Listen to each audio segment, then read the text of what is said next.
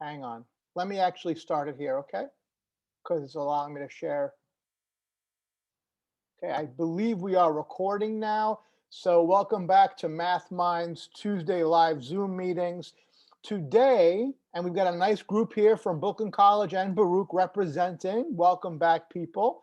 Everyone on the call is familiar with the format of our meetings, and you all, I think most of you were here last week. Actually, raise your hand, virtual hand raise if you were not here last week. Anyone not here last week who's here this week? Just give me a little hand raise. No one? Okay. Fair enough. On Michelle, by the way, if anybody's in the, just man the chat box, and if anybody's in the waiting room, just take care of that as well. All right, so a special shout out, by the way, to the MathMinds team on the call today. I know Lynn King is here. Welcome back. Michelle as well, always here. I don't think Zach is on yet. Not sure if Ileana is here. Don't think Ileana is here yet. Not sure if she'll make it, but hopefully she'll jump on. So we had a comment in the chat box. Where's the video from last week? Great question. The video was not posted from last week because what we're going to do today, since we're continuing with the topic of Excel, I am going to do a speed review, like 10 minutes of what we accomplished last week. Because if you recall, right, we only got so far in the meeting and then we had a lot still to do. So we did the first 3 challenges. Then you guys were asked to go back and review the next 2 challenges. And Michelle last week resent out the deck and Excel file with a new 6th Excel challenge. So bear with me as I review through the first bit of the Excel presentation for the sake of the recording, and then we'll slow things down. Okay, that's the plan right now. So we're going to go warp speed now. Okay, warp 10. So welcome back. Today's topic is analyze this, or essentially what we're doing is an Excel review. Before we get started, just want to make sure that you guys, if you haven't already, that you've taken our 30-minute MathMinds challenge, that you've subscribed to the Brooklyn No Brainer YouTube channel, for which Michelle will post the links momentarily in the chat box. And finally, that you've shared our promo with your colleagues, friends, other students, professors, etc., etc. We want to get the more people, the merrier. We have 152 people registered for MathMinds this semester, 200 plus registered last semester. So we're super happy doing all this free of charge, totally pro bono. All we want to do is help you all out. Okay, that's our motivation. So we talked, if you remember last week, about how and where Excel is used in business and life.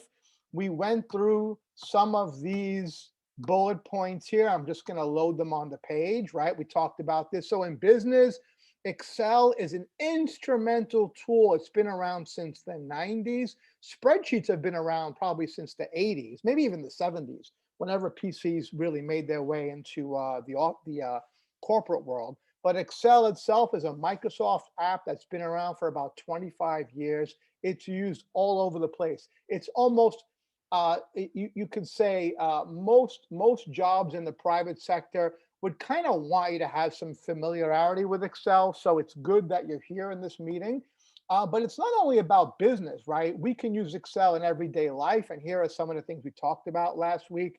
You can use Excel to build a database of your personal contacts, dealing with your own monthly personal finances. Maybe you want to make a little spreadsheet with an analysis of, let's say, if you have a student loan and you were to pay off the loan at a certain rate, how long it would take you to pay it off. Might use Excel for that. You might use it to plan a party, like a baby shower for a friend. Keeping track of if you collect anything, if you have a hobby, you might use Excel to kind of organize your hobby. And if you're out there looking for a job, you can use Excel as a nice organized spreadsheet tool to keep track of the companies you've applied to, the contact person, the email address of the contact person, and a status of that particular application, right? So it becomes a great tool for you to use in your job searching. And if you remember, we also talked about that more broadly, spreadsheet and data visualization software, there's a lot of tools out there. There's more than just Excel. Excel is kind of like the go-to basic data visualization and spreadsheet tool, but you can also use Google Sheets, which is a Google product, and then a little bit more advanced tools such as Power BI and Tableau, which are Microsoft and Salesforce topics respectively. Those are tools that you also it would behoove you to get to know if you want to go into the private sector and do anything in an analytical capacity. Okay. Um, so we then shared the sort of basic screenshot of what Excel looks like, right? We displayed how Excel has columns going across the top, rows going top down. You can have different tabs in Excel, as you can see at the bottom of this screenshot. This particular Excel file has 4 tabs named Start, Party, Insta, and Corp Fin. You see the little plus sign there, so you can add more tabs. You can have many, many different tabs in the same Excel file. And of course, connect those tabs with each other and link them, link formulas from one tab to the next. Okay. We then got into the mission, mentioned that analyze this, the name of today's, of this Excel math mission was sort of a shout out to the 1999 Billy Crystal and Robert De Niro film, which was awesome. If you haven't seen it, check it out. And basically, what did we do? We gave you a bunch of challenges to do with Excel as the tool, and we also provided you with an Excel file to actually do the work in. Right. So we got into it. The first challenge you'll remember was to take a look at the data in tabs 1 and 2 in the Excel file. It consisted of 100 students, all made up names and what have you, and it included different columns of information: the first and last name, grade designation, the major of the student, and their GPA. Tab 2 had a list of the same student names but included different information. Right. So part A of challenge 1 was to sort the names, sort tab 1 by last name alphabetically. Part B was to use the average function to calculate average GPA of the entire list. And part C was to fill in the column called rank using the rank function. So we went through that, and I'll just kind of quickly show you. So here's a screenshot of what the spreadsheet looked like, right? And when we do sorting, sorting is super easy in Excel. We could simply use in the menu bar under data, and you can see it listed there. It's grayed out right now in this screenshot, but data sort is where you go to sort any data. Of course, first you have to highlight what you want to sort, right? If you have header rows, you would indicate it here. So in my case, when I did this first row was also highlighted, but once I indicated the list had header rows, Excel takes this out of the sort. Okay. Then down here, when you click under column, you can choose from any of the columns. I choose last name. We want to sort it alphabetically, A to Z. Of course, you can do it the other way around, Z to A. And if they're numerical, you can sort from smallest to greatest or greatest to smallest. Okay, in this case, we're doing it alphabetical. That's all we do. We hit OK, and boom, it does it for us, right? And then it resorts, and it ends up looking like what you see here in the screenshot. Okay, this is just a quick review, moving really quick here. The next thing, average, right? So here's a screenshot. Here's another look at the same spreadsheet, and you'll notice, well, to get average, this is the GPA column, right? It says GPA somewhere up here, right? So I highlighted the whole column. Well, first, excuse me, I clicked into the cell where I want to calculate average, and then I dragged and highlighted the entire column of all the numbers that I want to average. Okay. Oh, wait, back it up. Sorry. First, my apologies. First, I type in average. Okay. So average is one of many functions in Excel. So we click in here, we type in equals average, open parenthesis, and then I click and drag and hold over all the cells for which I want to average.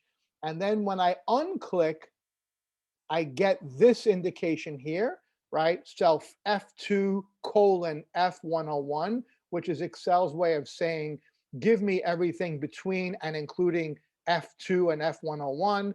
I then put a close parenthesis, I hit return, and I'm done, and I get my average. Okay, so average is done with the average function, and you can see it here. It's much clearer. Here's how we would type in to get average.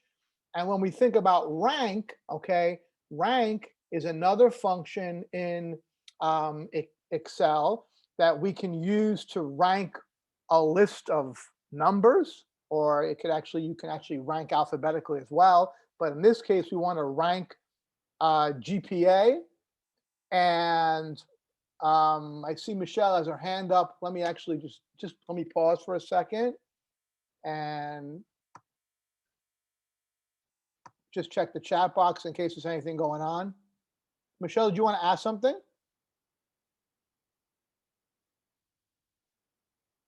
Let me give you a chance to unmute yourself, Michelle. Hang on a second. Okay, if you want to unmute and say something, Michelle. Hey, yes. Sorry, I'm not the co-host anymore. I just want to let you know that's why I couldn't unmute myself before or anything. Oh, okay, okay. So let me just change you. Oh, I see, because you rejoined as you rejoined on a different device. Fine. That's one. That one. Okay. I don't want to be stuck in the waiting room. So we're good? Perfect. Thank you. Good? All right, awesome.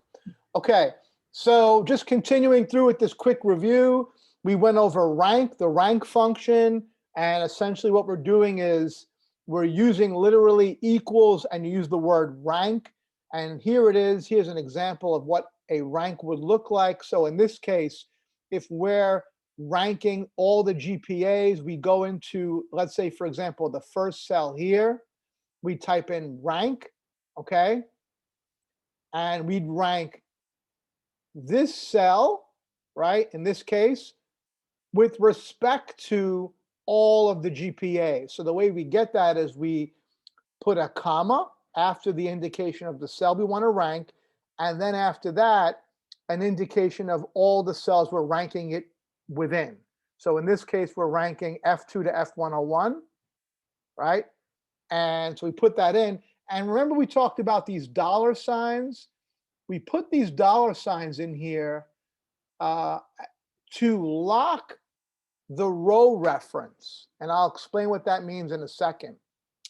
Because when we hit enter, we get the rank of this first cell, right? Okay. And it's not showing here, but if you hit enter, trust me, it would show up in I2. But what about all the other cells, right? All the ones down here. So by putting in the dollar signs here, we could then simply drag this formula down. And what happens is, since we do not have dollar sign here, it will change the reference cell as we move down appropriately, because every time we move down, we want to rank the next, right, the corresponding GPA. But we always want to rank it between F2 and F101. That's why we have the dollar signs. So we can drag that formula down and end up with a ranking of all of the GPAs, all 100 GPAs. Okay. You know, just for the sake of time, we're going to move through quicker. Challenge two is using the same data, except now we were going to fill in something called status using an if-then statement. And then finally, we were going to learn about Vlookup, the Vlookup function, in order to fill in the two columns of height and place of birth on tab 1. That data is on tab 2. And we wanted to find a nice way to show that data on tab 1. So the point of challenge 2 is to feature if, then, and Vlookup, okay? So here's an example of how the if, then statement is used, okay? So you see it here on the upper right side of the screenshot. If, let me just get my pen annotation. If we wanted to, let's say, look at this particular GPA in the second row, now we know that under 2 is probation and anything else is in good standing. So we could write the statement equals if, open parenthesis, the cell reference, which in this case is this one, comma. Cell reference less than 2, right? So if if cell F2 is less than 2, then write the word probation in J2. And the way we tell it is by putting a comma, okay, after the 2, and then put the word probation in quotations. Okay, that tells Excel to write the word probation in this cell if F2 is less than 2.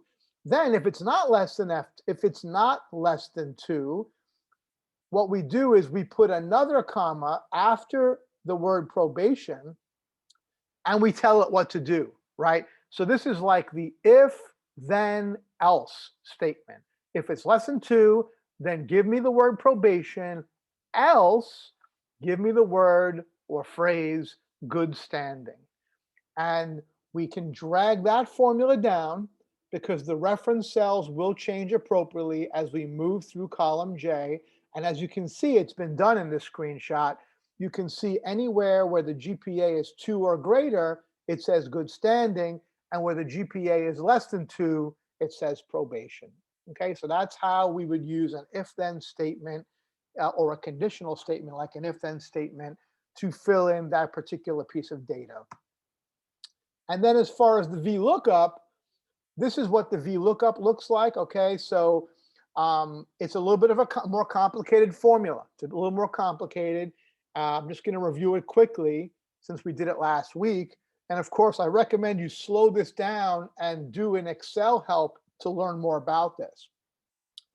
So what we wanted to do, right, in this particular challenge was basically fill in these columns here. They're filled in now. They're already filled in here. But when you got this information, these were blank, right? We want to fill this in. And this data, all this data here, all this data is on a different tab, right? It's located on tab 2, right? And we wanted to bring it into tab 1. But we knew that there's a link between tab 1 and tab 2 in that everyone has a last name in both tabs, right? And the last names sync up. The last names sync up. So what we decided to do is use a V or vertical lookup table in order to identify, in this case, Abraham on the other tab 2.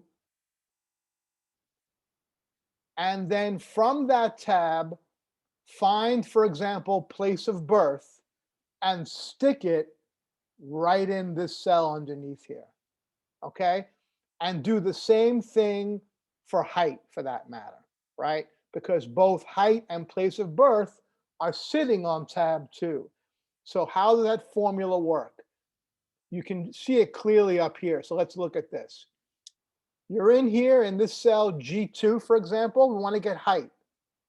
Equals VLOOKUP, open parenthesis, reference cell A2, because that's the linked last name, comma, go over to tab 2, look at the set of data here, and by the way, this will get filled in automatically when you go to tab 2 and drag and click on the entire set of data where the name and the height and the place of birth all exist. Use dollar signs here to lock the references. So use dollar signs in all for the rows and columns because you always are going to want to check the same set of data. Then give me, in the case of height, what's in column 4. Now I can't show you right now that tab, but trust me, the way that tab was set up was last name, first name, place of birth, and then height. So height was in column 4. So this 4 tells us to select the 4th thing in that row where Abraham exists.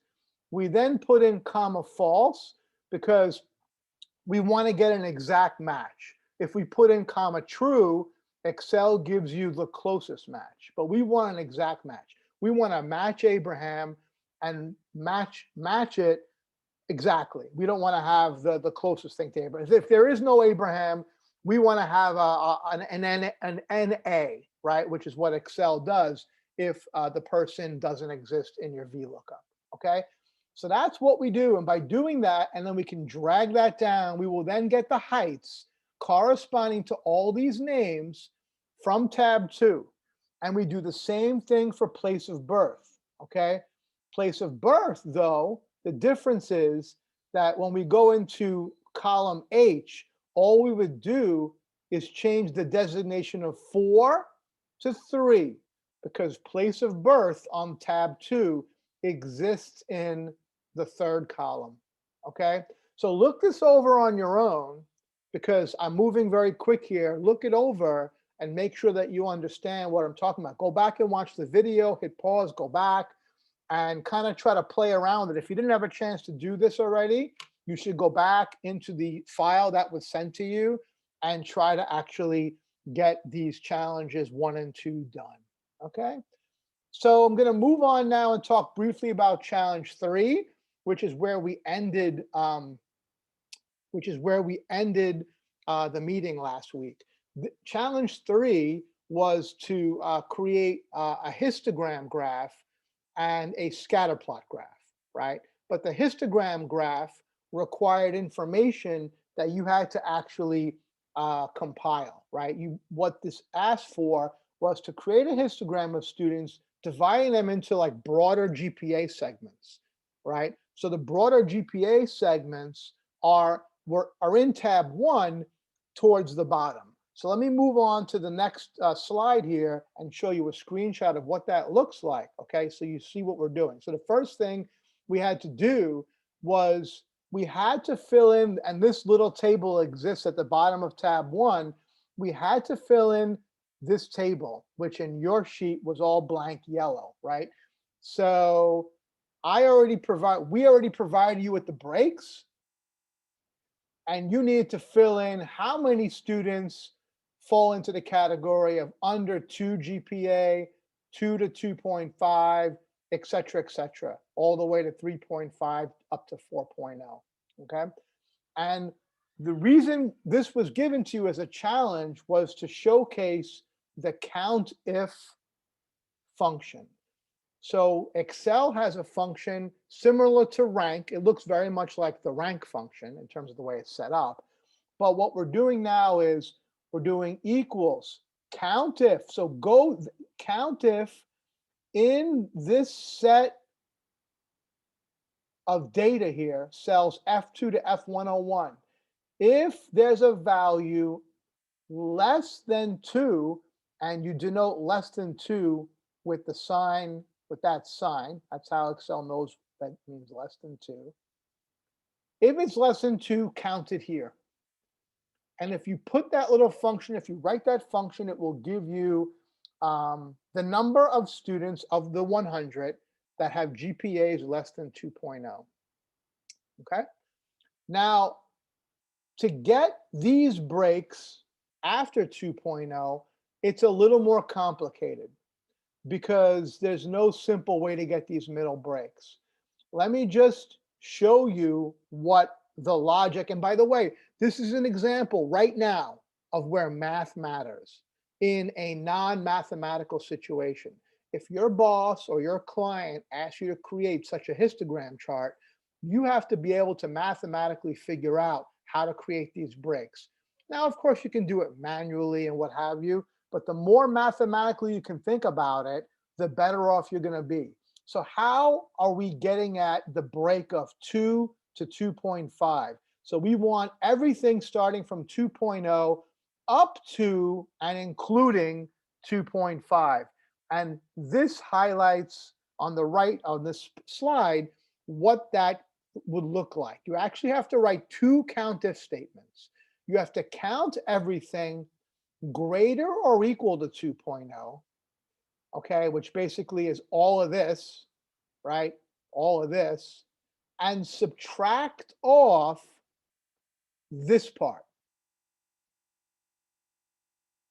And right, so by taking this and subtracting that, what does it leave you with? This right here. Boom. Right? So you use 2 Countif statements, one subtracted from the other to get the count between 2 and 2.5. And then we do the same thing for 2.5 to 3.0, the same thing for 3.0 to 3.5. You see the same logic, the same math, right? Same concept until we get down to the final break. And the final break you can see is a bit simpler, right? The final break is give me everything from 3.5 and up, right? So that can be simply written as equals Countif F2 to F101, right? Greater or equal to 3.5. Okay, and again, we have those dollar signs in here just to lock the reference rows. So when we and there are situations where you don't need those dollar signs, but you need to play around and test it to sort of see where you do it and where you don't do it. I can tell you from experience that knowing where to put the dollar signs comes from trial and error and experience. Let me just check the chat box in case there are any questions here. Okay, Evan, never mind. Okay, fine, no problem. So let's move forward. So once you've done the Countif, and you actually get these breaks, then, and I'm not going to show you here how to do it live, but Excel has a very nice chart builder tool, right? You would click on charts towards the top, and then it opens up this really nice interface, okay? And in this case, a histogram is basically a column chart, a column graph. That's all. A histogram is a column graph using mutually exclusive breaks. And you decide what the breaks are going to be, right? We've already done the breaks. We've already calculated how many items go in each break. And then simply we build the graph. And I'm not going to build it again here. I'm just going to show you what it looks like and just kind of tell you that you would click on column graph, you would select your data, and then you need to really play around with this aspect of Excel because you need to learn how to format your axes. It's very important, right? That's an element of when you build these graphs, you have to format your axes appropriately. You can decide whether or not to have these data labels. And then, of course, you can change or edit the title or have no title. You can change or edit the title of the graph or have no title. Also, you notice here there's no legend. You can also have a legend depending on what your data is, right? You can have a legend. But here, since there's only one piece of data, there was no need to have a legend. So I took the legend out. Okay. All right, I'm almost done with the review here, and then we're going to sort of stop and give you guys a chance to ask any questions. So what the exercise asks for a histogram and a scatter plot, and the histogram looked like this, and the scatter plot looked like that, if you recall, okay? You build a scatter plot very similar to how you build a histogram. You just build a different type of chart. And then if you remember, we ended the conversation on last Tuesday by discussing whether or not this looked meaningful. Like whether or not, like what all these dots represent, by the way, each dot is a data point, right, on an XY axis. That's graphing height in inches, right, which is here, and GPA is down here, right? So each dot basically represents an XY coordinate for those two pieces of information. By the way, sidebar, this is why algebra is important in business. You have to know what a scatter plot looks like and what it's telling you and how that's related to XY coordinates and sort of the XY plane in general, right? So why do we do these scatter plots in business? We generally do them to see if there's some relationship between the variables that we're plotting, okay? So in this case, does it appear there's a relationship? Even if you know nothing about statistics, does it appear there's a relationship? The information's all over the place, right? Is there any general relationship either this way or this way or this way? I don't see it, right?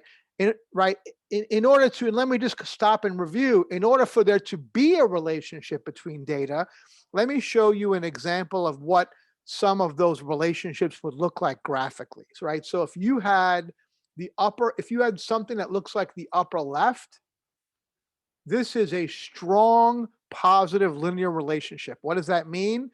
As whatever variable here goes up, this variable goes up, right? And we can see everything's moving in one consistent direction.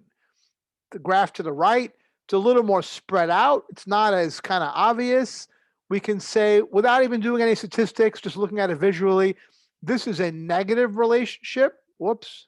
This is a negative relationship where, what does that mean? This is going down and this variable is going up. Now, because the fit is not as nice and tight as the left one was, this is not a strong relationship. This is a moderate relationship. The bottom left is an example of a no relationship, right? This looks kind of like what we had on our data, right? Where there's no, you can't necessarily say, well, is the data correlated in any way? Doesn't appear to be. And then finally, here's an example of where data seems to have a correlation, right? The data on the y-axis and on the x-axis, you have a nice tight fit, but it's not, you can't draw a straight line through it. It seems to be some type of a parabola shape, right? So this has an exponential shape, not linear. And we're not going to get into exponential modeling here, but for any of you who are into data science, right, there are different types of statistical techniques you can use to actually determine what that equation might look like. It wouldn't be a linear one. It would be some type of a second order equation to fit this data, okay? But we're going to just stick to, don't worry so much about the bottom right. I want you guys to understand when there's a strong positive relationship, in this case, a moderate negative relationship, and on bottom left, no relationship, okay? And on that, I am going to finally stop because that's as far as we got. And I'm going to give you guys a chance to make any comments or ask any questions, okay? I think if you want to unmute yourself, feel free to do it at this point.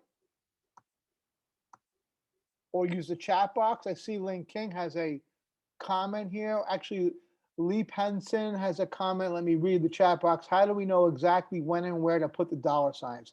Okay, good question. Let me address that in a second. Lynn King, when you want to lock the value. Oh, Lynn King's answering the question. That is not going to change. So Lynn King answered your question, Lee Penson. So it comes down to whether or not, as Lynn King pointed out, whether you want to lock the reference or not. I recommend you go in and try some very easy example. And it's when you're dragging a function down, look what happens, right? So if you're sorting data, for example, you always want to sort on the same data, right? So in that case, you want to lock the sort. So you need to experiment to kind of get a feel for it. And in linking is though telling you here what that looks like. If you put the dollar sign in front of the numerical part of the cell, you're locking the rows. If you put the dollar sign in front of the letter, you're locking the columns. Okay? Awesome. All right. Woo! I don't like talking that much without stopping. So we left off on challenge 4. I am going to turn over the hosting responsibilities at this point to Lynn King, who is going to walk the group through challenge 4 and also see first if anybody wants to kind of get involved and explain their solution. But I'm going to let you, Lynn King, take over. And Lynn King, I think, let me see if I have it set up. I'm going to enable you to share your screen now, so you have that ability. I'm going to stop my share, Lynn King, okay? So I'm going to stop my share and I'm going to give you that opportunity. Lynn King, if you want me to share my screen, let me know. You're in control now. Okay, got it. Thank you. Let's see.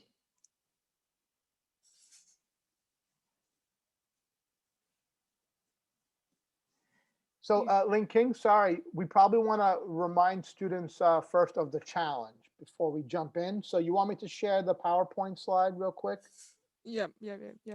All right, so can you unshare for me? Okay. Mhm. And let me just share the PowerPoint slide again. So here's challenge 4. We're looking at tab 3. So if you've got your PC out, go to tab 3, people. You've taken out a loan for $100,000 at 6% interest, which is compounded monthly. Your payments are going to be a fixed $2,000 per month until you pay the loan off, assuming your monthly payments are made at the start of the month and assuming that interest is calculated on your loan balance at the end of the month and then added to the remaining principal. Okay, so part A was how many months will it take you to pay off the loan? And we want, and Lin King is going to show you how to use an amortization table to figure that out. And then on part B, this is a bit of a guess and check, but what would your monthly payments need to be to pay the loan off in no more than 36 months? We don't need a scientific answer. The Lin King is going to actually show you how to do it scientifically. But you can have also done it by guess and check and then round your answer to the nearest $100. Okay, Lin King, I'm going to stop my share and turn over to you again.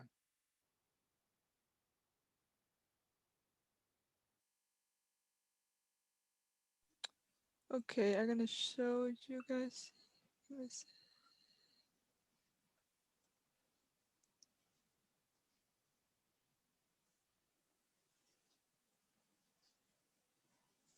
Here's the questions we are need to do. We are going to fix the month payment to be 2,000 here. Okay, monthly period, as you guys can see in the left.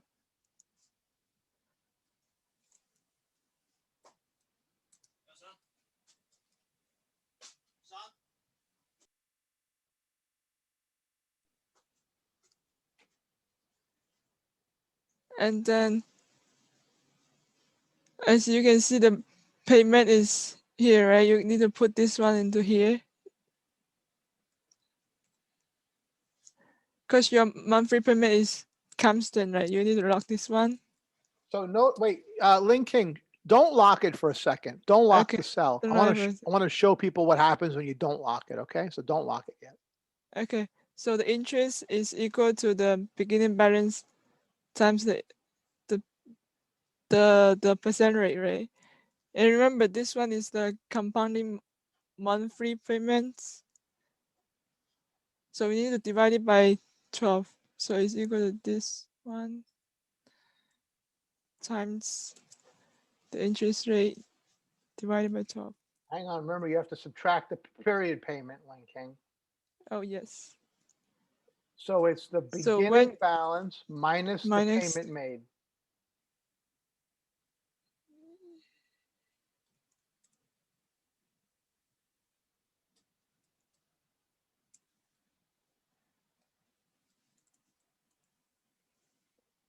And yes, Rongling, the monthly payment is $2,000. That's right.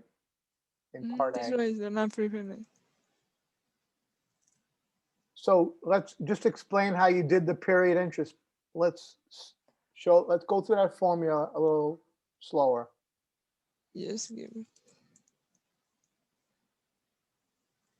So it's the beginning balance minus the payment. This one. In blue is beginning balance minus the payment, and then times the interest rate divided by 12. And Lin King, that's in parentheses. Why is B10 and C10 in parentheses? Because you have to know after the payment paid it, and then times the interest So rate. in other words, it's order of operations, right? Because Yes. if you didn't have the parenthesis, take out the parenthesis and show people what would happen to the answer. So what's the answer now? The answer now is 490. Take out the parenthesis and show them what would happen to the answer.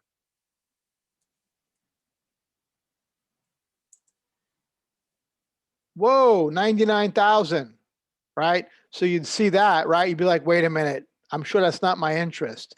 Order of operations, that's basic core arithmetic math. Need to have your order of operations correct.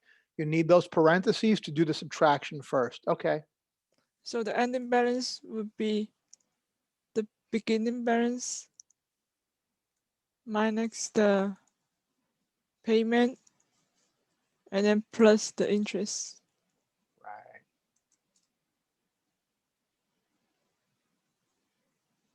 Now, beautiful.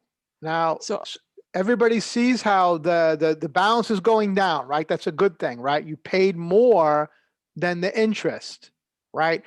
In any loan situation you encounter in life, people, when your payment is right around the interest, like right around the same or maybe less, that's when you're screwed. That's why we all have to watch out for the interest accruing and how people get into trouble with taking out loans when they can't make big enough payments to start chipping away at that principal as quickly as possible. And a table like this helps you see that play out. So if you had a student loan with a high interest rate and you can only make minimum payments, you can use Excel to see what's going to happen if you only make those minimum payments. Okay, so we want to all get in control of our finances, and that's really the purpose of putting this exercise in here today. Sorry to interrupt you, Lincoln. Go ahead. yes, in the next beginning payment will be equal to your ending balance, which is this one. So it's the end. Now, Lincoln, show them what happens if you drag the 2000 without the dollar sign. Stop there. Oh, does that look right, people? Does that look right? The payment should be 2000 every period, right? That's what we're doing. So the question, Lee Penson, you asked about why, where, why, when do we lock the dollars, lock a reference? Here's a perfect example of where you lock a reference, because you always want that column C to be that value in cell C5. You never want it to be different. So the way we can do that is go back now, linking into C10 and put the dollar sign in. Now she's putting it in front of the 5 because she knows that we're dragging it down. So you could lock the C if you wanted to, but you don't really need to. So now when she drags down that formula, just drag it down like 5 or 6 cells. Okay, stop. Beautiful. You see the difference? That's what the dollar sign does. That's how locking the row reference helps here. Perfect. There's a couple of questions in the chat too. All right, let's check the chat. Let's check the chat. Rungling, the part B is 3050. Part B is 3050. We're doing part A. So you're correct. Yosef, interest is calculated after payment. So yes, Yosef, and it is, right? Click on cell, linking, click on cell D10, D10. Just click on, Yosef, look at how this formula is set up. She's subtracted, the interest is calculated after the $2,000 payment is made. So it's basically 98,000 times the interest for the period. I mean, times the interest rate for the period to get the interest in dollars. Make sense? And Yuki, interest is included in the payment. No. No. What we're saying here, Yuki, is you're making a payment. You're making a payment each month to the loan, and interest is being calculated each month after whatever payment you made was. Interest is calculated on the balance of the principal. Understand the difference? So interest is calculated on the balance of the principal. You can make any payment you want. Well, subject to the rules of the loan. And in fact, in the next exercise, we talk about changing the payment to get the loan paid off faster. Okay. Okay. Okay, yes. And yes, Yosef, you have to take the interest rate, which is annual, and you have to divide it by 12 in order, because you want to get it down to the monthly level, because we're doing our calculations on a monthly basis. Okay, good. All right, Linking, you want to just continue showing the rest of the table? Yes. Yeah. I think based on this one, you can. All right, okay, so show what happened. Let's see why it's wrong. Click on this. No, click on the 0. Double click on it. Double click on it. Now, why is this wrong? Well, hang on. Don't answer. Why is this wrong? Someone from the group. What happened? Don't do it, Linking. Why is this wrong? Why did we get 0? Don't click on anything, Linking. Someone answer. Double click on the cell again, Linking. Show the formula. Double click. Why did this not come out correctly? Ah, Mila, perfect. C7. So she dragged the formula, but needed to lock the interest reference, which is in cell C6. She needed to lock C6 with a $sign in order to drag that formula down. That's what happened here. Perfect. So go ahead and make that change, Linking.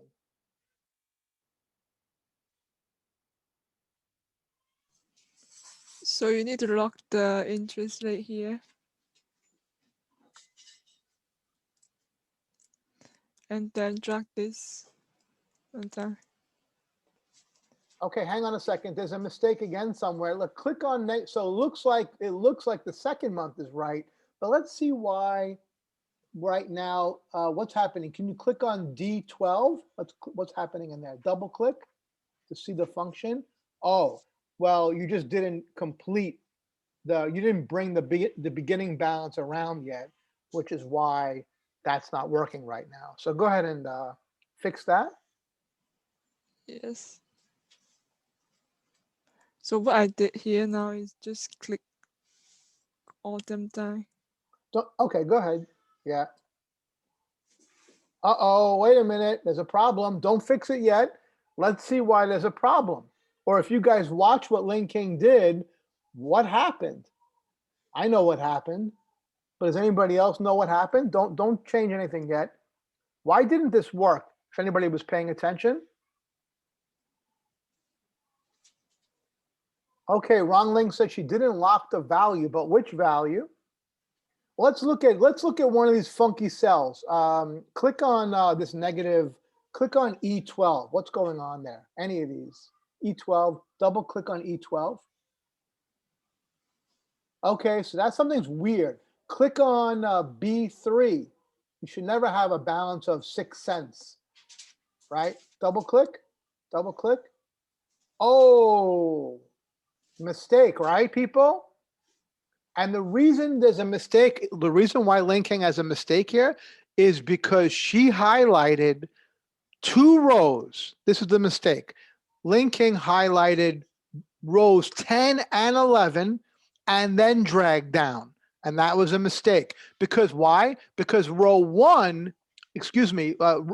month 1, which is row 10, is unique here. Because row 10 refers up to the starting balance. But after that, the new beginning balance refers to the ending balance of the previous month. So Linking's mistake was she should have only highlighted row 11 and dragged that down. So Linking, exactly, highlight that now, drag that down, and watch, it's gonna fix itself.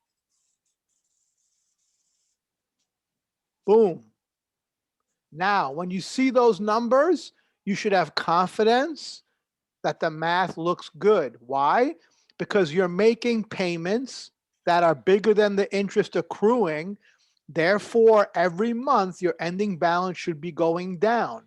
Just for fun, Linking, put in, now, by the way, scroll down, Linking, to the 60th month. And it looks like what happens, right? This starts going negative, which just means that we're making payments that we no longer have to after month 57. You all see that? Now, Linking, go up and change $2,000. Change $2,000 to $500.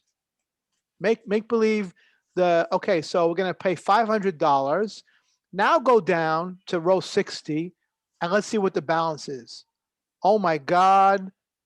People, you haven't made a freaking dent in the principal if you pay $500 a month, right? Look at the difference.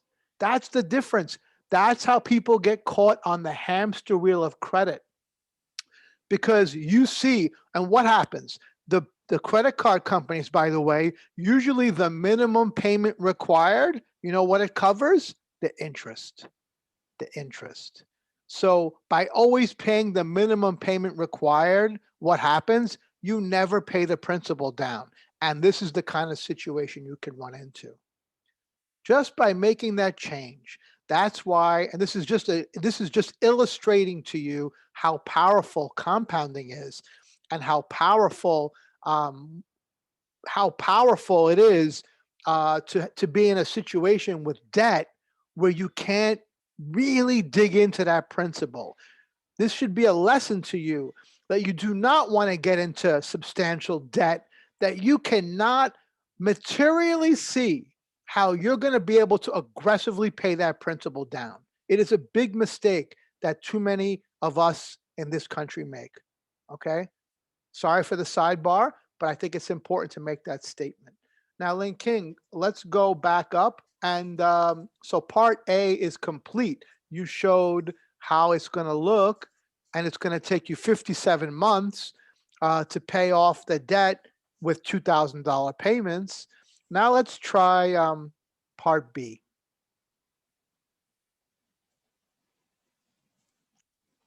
So I'm gonna introduce my method to it.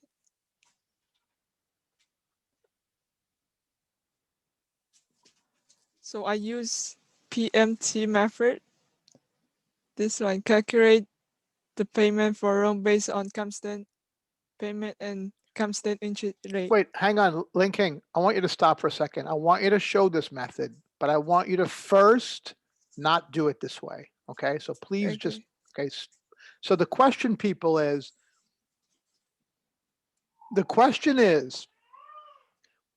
right now it takes 57 months with $2,000 payments.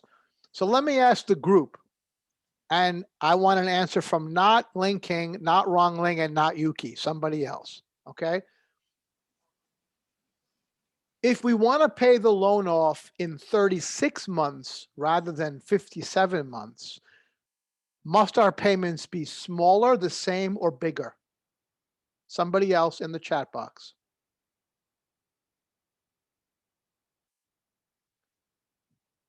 Boom, bigger, right? Perfect. You need to pay more principal down in order to pay the loan off sooner. Perfect. So just without doing math, if it took 57 months to pay it off at $2,000, someone just give me a guess. Just guess. Who didn't do the exercise? So if you didn't get an answer, if you didn't do this exercise, just take a guess. Oh, Yosef already put a number. So let's go with Joshiba. Let's go with Joshiba. Let's put in 4,000. Put in 4,000, Yuki, Lin King. Now, let's scroll down, and Joshiba, what month are we paying off at? Hang on, Joshiba. Well, Lin King is helping you. What month are we paying it off at, Joshiba? 26. Perfect. So Joshiba, sticking with you. So we're paying it off faster than we want to in this exercise. So give me another guess as to what is going to get us closer to 36 months. 3,500. Beautiful. Let's do 3,500. Put that in there. And let's see what that gives us. Not three, no. 3,500. Thank you. Let's go down. Now what's happening, Joshiba? Don't click on anything, Lin King. Where does it pay off now, Joshiba? 30 month, the 30th month. 30th. So what does that tell you? How should we adjust our number? We want exactly 36-month payoff. You pay a little less than that. Beautiful. So give us another number. 3,200. Great. Can we put in 3,200? It's like The Price is Right, higher or lower. Now 3,200, just stop on the scroll right there. Hold on, don't click on anything, Lin King. Where are we paying it off now? The 33rd month. So we're getting really close, right? Getting really Yeah. close. So give me another estimate. Give us another estimate.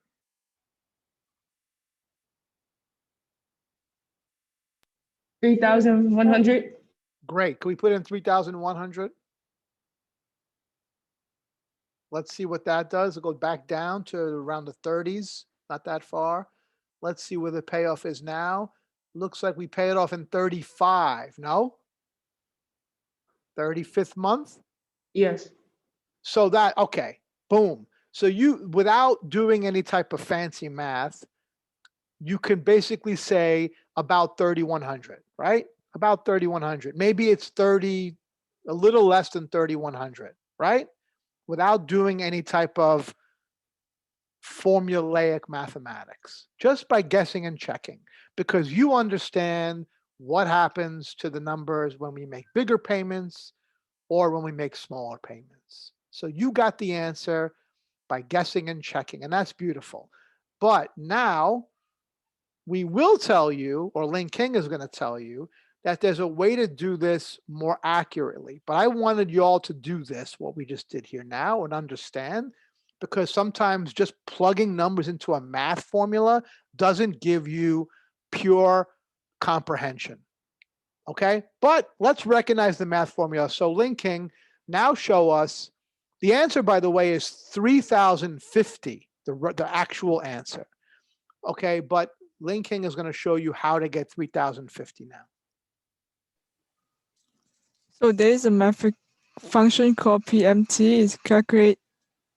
It is calculate the payment of loan based on constant payment and the constant interest rate, which we are need to using this one now. So it's equal to PMT, the rates.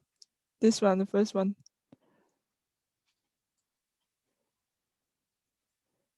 We got divide by 12 because it's manually. So the second one is MPER. And what is NP? What is that? I think it's the starting balance? Well, the monthly payment. Oh, the monthly payment. Yes, and then this one is present value, right? It's this one. By the way, PV stands for present value. What is happening here? Now I want you guys to see something now. I want you to see something. Yep, the payment. You see, it's not work, you see, but like by using a formula, now formulas can be great, don't get me wrong. But sometimes using a formula, like you don't know what you're doing exactly. You do it, but you don't know why you're doing it. That's why I like using guess and check and other types of intuitive methods, because that helps us understand what's going on. But okay, we're going to learn this now and we're going to cover it. Go ahead, Lin King.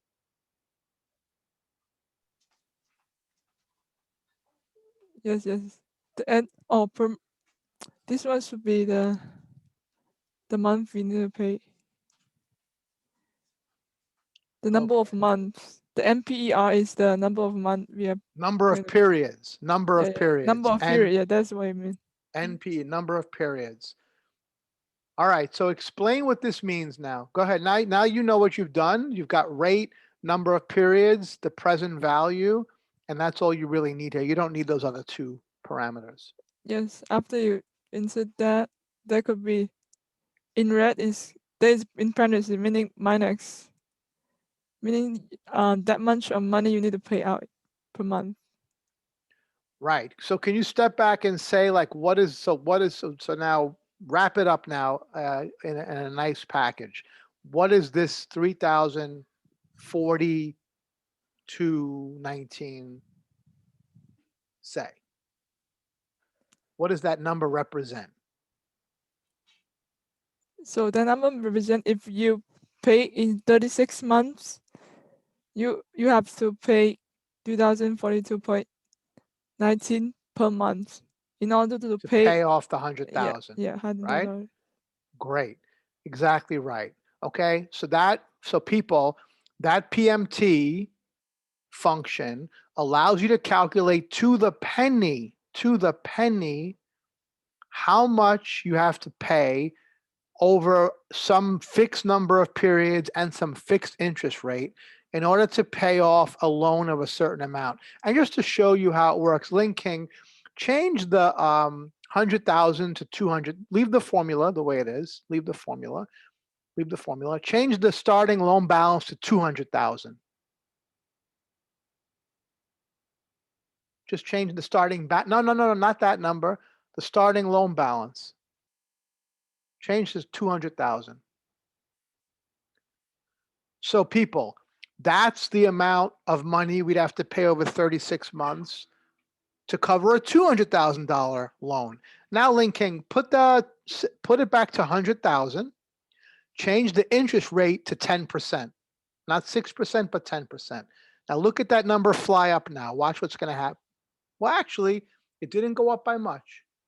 Okay, so $3,226 monthly payments rather than 3,042. So the interest rate going from 6 to 10% to pay off in 36 months increases the payments by that amount. And now linking one more thing, let's vary, put it back at 6%, put it back at 6%. And now let's say we want to change what we're doing here, go into the function, and rather than 36 months, let's put in 12 months. Put in 12. So this is how much we have to pay each month for 12 months to get that 100,000 paid off, right? So this function is a nice clean way of taking a starting loan balance with a fixed interest rate and telling you what the amount is, the fixed amount you'd have to pay each month over a fixed number of periods, right? It's a nice tool for that. Hey, there's a question in the chat. So Yosef, is it possible, can we review that PMT again and what each thing means? Okay, so linking, can you click in the PMT, click back in the function? Oh, you don't have to go to help. Yeah, I mean, they can show you like what is the PMT meaning. Oh yeah, show them the help. Go ahead. Yes, PMT function here. You can see this one, right? So you see how beautiful help is, people? Help is beautiful. And you don't need these optional parameters, F, V, and type. Don't worry about those. Okay? We'll just worry about the first three. Okay, Yosef, everybody else, does that make sense?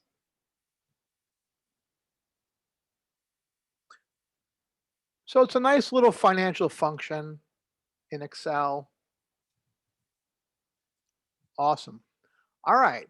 Nice job, linking. Linking, would you like to go over the next exercise also? Why not, right? You can do the IRR. Yes. All right. But before you do, let me unshare, just unshare for a second, linking, okay? Unshare for 1 second. I want to go back to my presentation. So people, so linking did this already, so we're not going to go through this, but I want to just put it on the recording. Here's a snapshot of what the amortization table looks like. And I want also to have in the recording, this is the mathematical function, okay? So linking showed you the Excel function, the Excel parameters, which is very easy, by the way. But if you wanted to, for those of you who really love math, you can use this mathematical function as well, which is basically going to give you the same information, okay? So in this particular exercise, this is what the math would look like, okay? So the little I is the interest rate. In this case, it's monthly. So it's 6% divided by 12. The present value is the starting 100,000, the starting principal. 1 minus paren 1 plus the interest rate, close paren raised to the negative 36 power, and n is the number of periods. Do the math, bing, bang, boom, 3042.19, same answer. Okay, so you can do this with a calculator like this, or you can do it with the Excel PMT function as well. Okay. Awesome. Challenge 5, and Lin King, I'll pass it over to you in a second, but here's what challenge 5 looks like. We're looking at tab 4 in our Excel file, and the situation is you're considering making a $4.5 million investment into a long-term project with the following cash flows over 10 years, right? Looks like this. And there's only one part here, and what is the project's IRR? And we're going to use the IRR function in Excel to do this. Of course, anybody who has a financial calculator, you could also use your financial calculator to calculate IRR, okay? So Lin King, I will unshare my screen and let you share your Excel.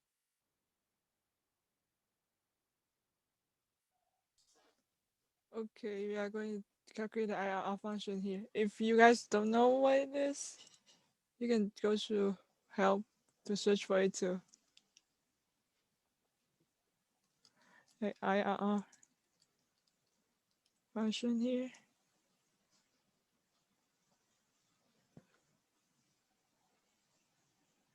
So you put the IRR and the guess here.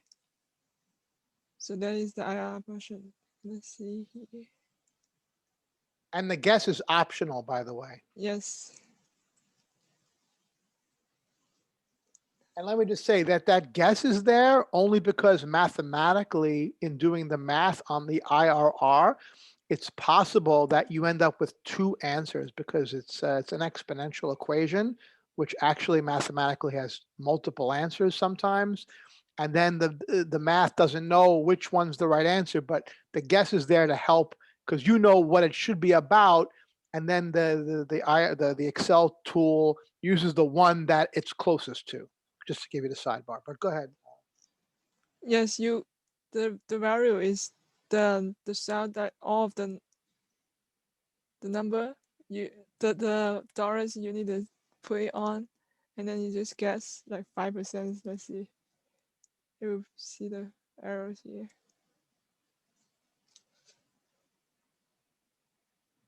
No, you didn't say equals IRR, Lin King. Oh yeah, equal to IR here. That's easy, right? Yeah. Now, Lin King, I want you to do something for people. I want you to show. I want to illustrate something. In column C, I want you to type in all the numbers that are in column B, except I want you to type in the numbers in contiguous, meaning if there's a 0, disregard it. So you should have minus 4,500, next cell 500, and next cell 500, next cell 1,000, next cell 1,000, next cell 1,500, 1,500, and then 2,000. Now, please do the IRR on those numbers.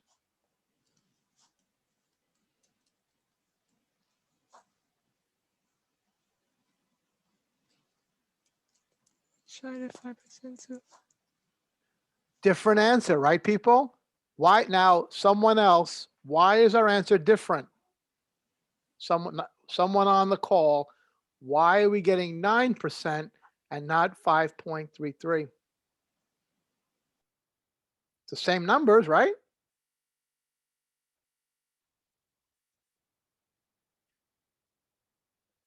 Explain a little more, Yuki.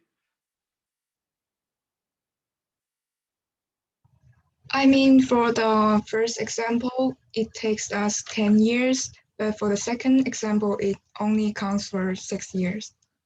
Right. And I think good. Now what I want people to see is that because remember, Excel doesn't see what the years are. Excel doesn't know, right? All you're doing is putting a group of numbers into Excel and it's popping out an answer. The reason I wanted to do this is because I wanted to illustrate to you that you have to Excel needs to know where the cash flows happen relative to the other ones. If you only put the numbers in like in column C, Excel thinks that those periods happen one after another. when in reality, those cash flows happen with some in-between years that have zero. So the appropriate way to do this is to have zero cash flow.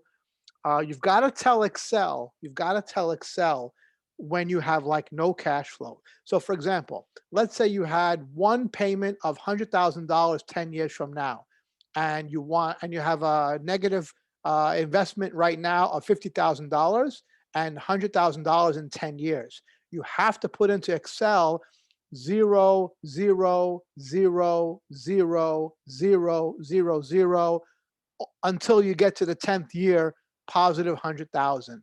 You must have placeholders of 0 in the time series for the IRR to work correctly, or else you won't get the right answer. Okay, it's important because I see I've seen people, I think even probably I've made that mistake in the past, and I've seen people make that mistake. Great. Any questions, guys? Good job, Lin King. Any questions for Lin King or myself? All right.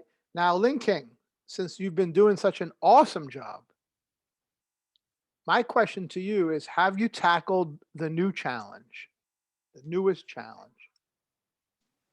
I didn't try it yet, but I can try it now. Oh, okay. Before you do, but you can, has anybody tried challenge 6? You can raise your hand if you've done any of it. Remember, people, the beauty of these live meetings is that y'all can get involved, right? If we just wanted to do a static meeting, I can record these things, throw them on YouTube, and you can watch them later. But we want you guys to learn. All right, Yuki did, and Joseph started it. So Yuki, why don't you try? I would like you, Lin King, lead the exercise. No, go back, share your screen, Lin King. We're going to stick with you. I want you to work with Yuki to get this done. Okay, work with Yuki to get this done, and I'll just sit back and I'll help where I need to. Okay.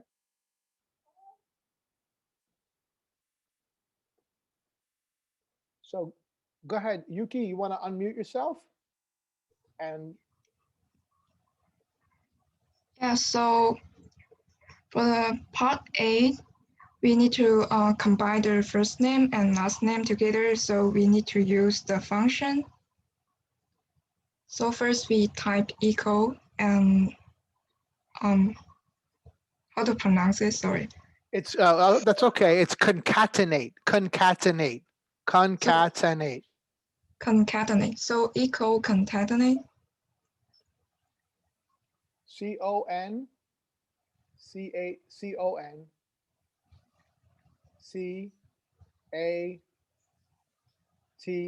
There, you see it here, Lin King? You see it? Yeah. Perfect. Well, you have to do more. Go back and finish the spelling.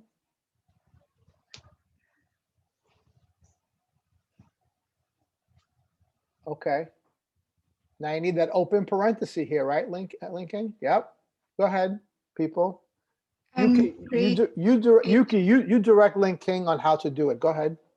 Yeah, create A2 and then comma. And then double quote. I mean, you need to add a space between first name and last name. Oh, and by the way, I think we want to have first name before last name, Yuki, right? First name and then last name, right? First name, last name. Oh, yeah, sorry. Yep. Comma and then double quote. Yeah, a space. Correct. And another comma. Correct. And A2. Perfect. Close parenthesis. Nice. Now, can we drag that down? Do we need dollar signs, or can we just drag that down? Oh no, just double click it. Double and click. It will, yep, double click will work too, because cells. I mean, double click the lower right corner. Yeah. That's true. You could double click that rather than drag, but okay. Perfect. That's the concatenate feature, people. If you didn't know concatenate will basically mash up or mash together information from more than one cell to mash it into the same cell. Okay. Okay, keep going. Yes, and I also want to mention a function that, not function, but something that Excel can do. So we can highlight A1 to J11.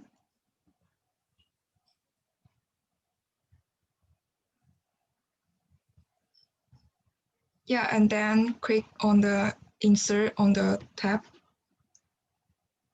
Yeah, insert table. Click the table. Not the pivot table, but the table. Yeah, the table. Yeah, we have header and then click OK. Okay. Yes, I think it's very helpful when we use other function like rank later. That's true. So what, what Yuki's done here, or with linking and Yuki, is they basically put like filters on the table by using this function, this call out in table. So this drop down box, can you click on a drop down box, any of the drop down boxes? This allows you to do things like nice and easy, like sorting the data, and you can filter the information. That's what was, that's not something that's great. That's not something that we talked about, but that's some new features you can see, which allow you to filter and sort nice and easy. So that's very nice. I would like to go back though in the chat box. Joseph asked, how did you make the space? How did you make the space between the names? Yuki, can you tell him? So, so this function is to combine the value in different cells together, but we want to add a space between the first name and last name.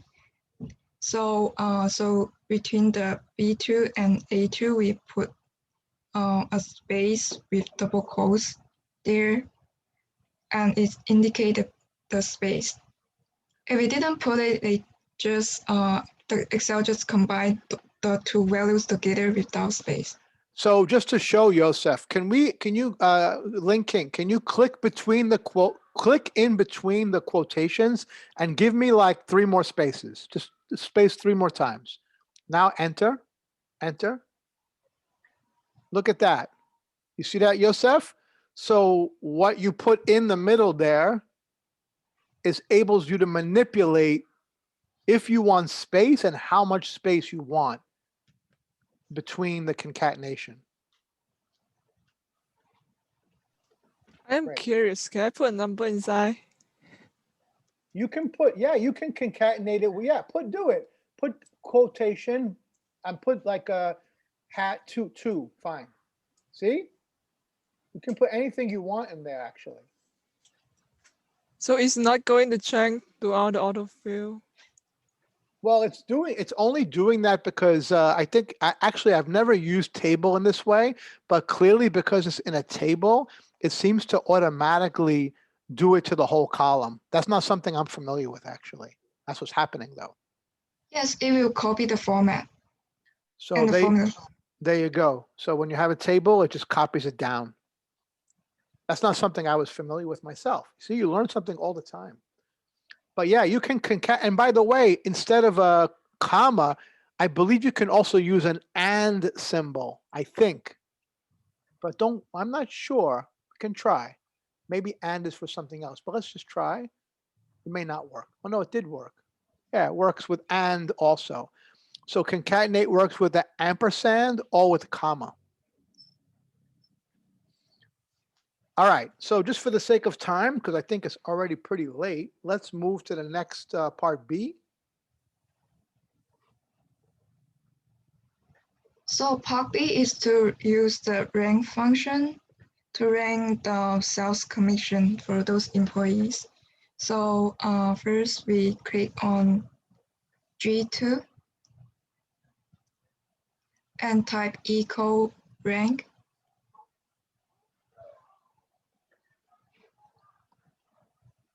Then choose F2, comma, Interesting. select F2 to F11. Press enter. Wow, so it's really interesting because we're working off of a table. You see, it looks a little bit different because the Excel automatically recognized that those cells that we were highlighting is all of last week commission. So actually changed the cell reference from F2 to F11 to the title last week commission. This is all because Yuki and Lincoln created a table in advance, defined a table in advance of doing this. But go ahead. So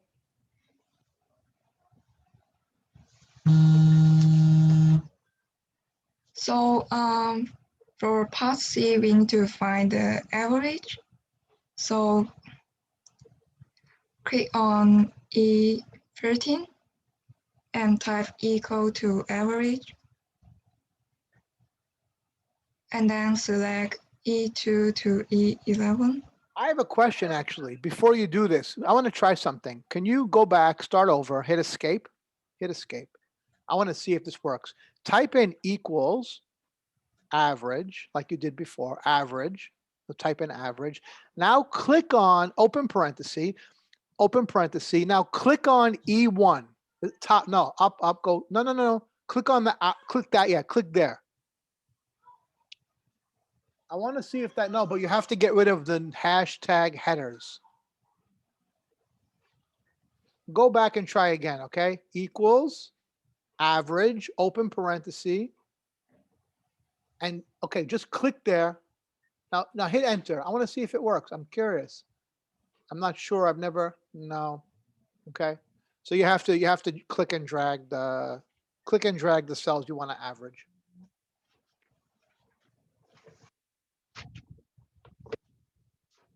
So just go back and redo it. Yeah.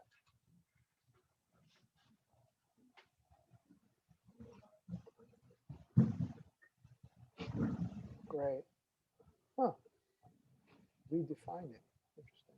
So it is the first and general way we use. There's another way use the table.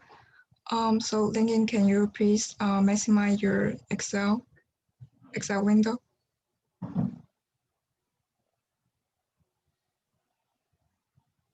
I mean maximize your Excel window because I will use. So can you click any cells within the table? In the table. I mean any cell within the table we created. Oh no, higher. Yeah, so in the Jessica, sorry, Jessica, thanks for joining. Watch the video for the rest of, and we hope to see you next week. Go ahead, so on the top, can you see the table design?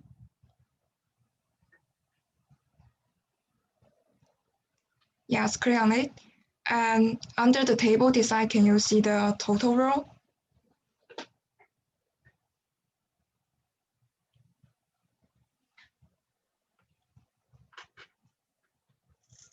Yes, just click on it. Yes, and it will automatically add the total row there. That's cool. Yeah, so then we go to E12. Can you see the arrow there? Yes, so choose the average. Nice. So we can. I want to make a statement, people. So what's happening here is you're seeing a little bit of a different twist on how to do these things by starting your spreadsheet and defining a table. It unlocks some other automatic tools that Excel has built in, even that I don't generally use, but you're getting a chance to see that in action with Yuki's, how Yuki's done it. So keep going. So we can do the same in the F12.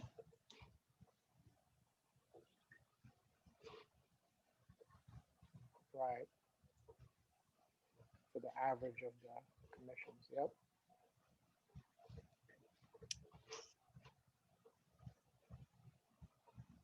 And another part C is to calculate last week's compensation. So we need a formula about, so first click the H2, type equal. So wait, just tell people what you're doing here. So Yuki is calculating the total compensation, which is the commission plus the hourly rate pay, right? That's what she's doing in part C. And then, by the way, it's already past 7:30. So I think what we'll do is for parts D and E, we'll just talk about it very quickly, and we won't show people that, okay? Because people have other things to do. So just finish the commission. Lee Penson, Yes. thank you. So for the compensation, we need to times the hourly rate and times the work hour, which is 40, and then plus the commission. So we will type equal E2. Select the E2, I mean.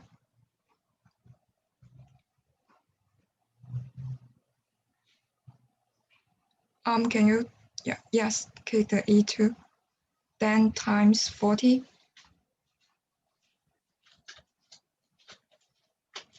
Then plus, click F2, and press enter. Boom. It pulls because it's a table, it just does it for all the rows in the data table. That's just a function of the table. Awesome. All right, great. Listen, Yuki, I'm gonna stop here with your going through it line by line, which is awesome because again, it's 7:35, and I want to wrap up the meeting in the next few minutes. But this has been really good. Thank you for showing us how you create a table and how you did that. Okay. May I just can I ask Lin King you to stop sharing and let me just go back to the presentation, and we're gonna wrap today up. Okay, I'm gonna share my slides again. So that was great. That was great. These guys did a great job on parts A, B, and C.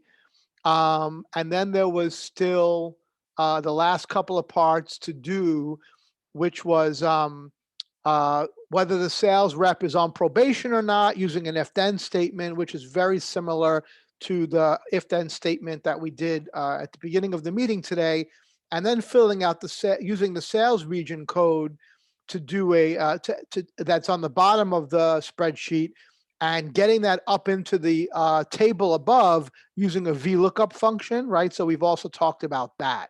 So I'll just kind of show you for the sake of speed here, how your table, how your final product should look, okay? So you can see the probation column.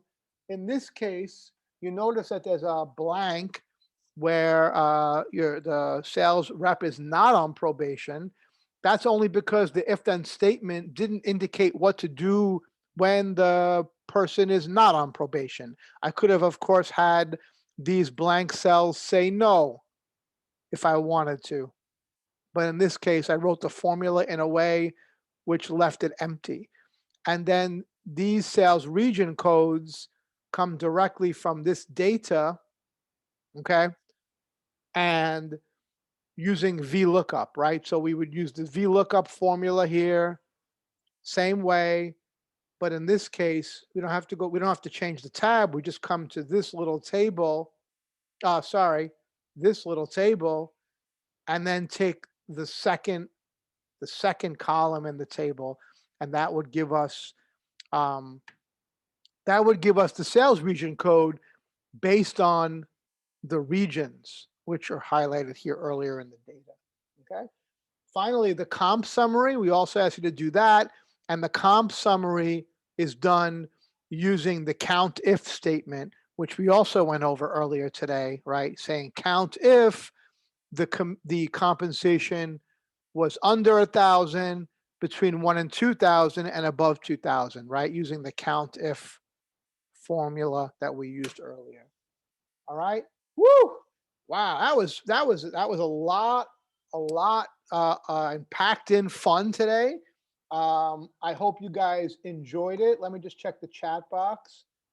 Oh, Yuki's putting in the formula. Thank you, Yuki, for doing that. Awesome. So you can see in the chat box, Yuki has given you indication as to how the VLOOKUP and how the Countif statement looks, and as well as the if then. So next week, previewing next week, we are titling next week, Analyze That, right?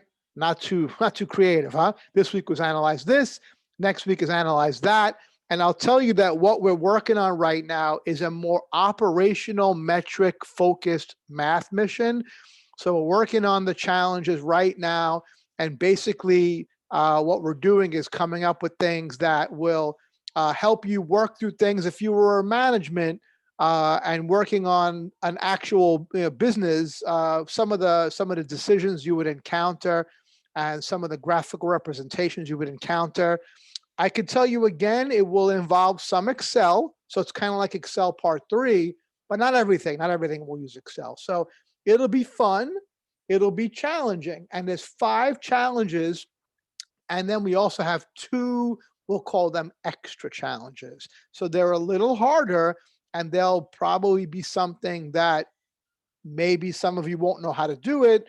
But I bet you some of you can figure it out if you give it enough time investment, okay? So that is today's session.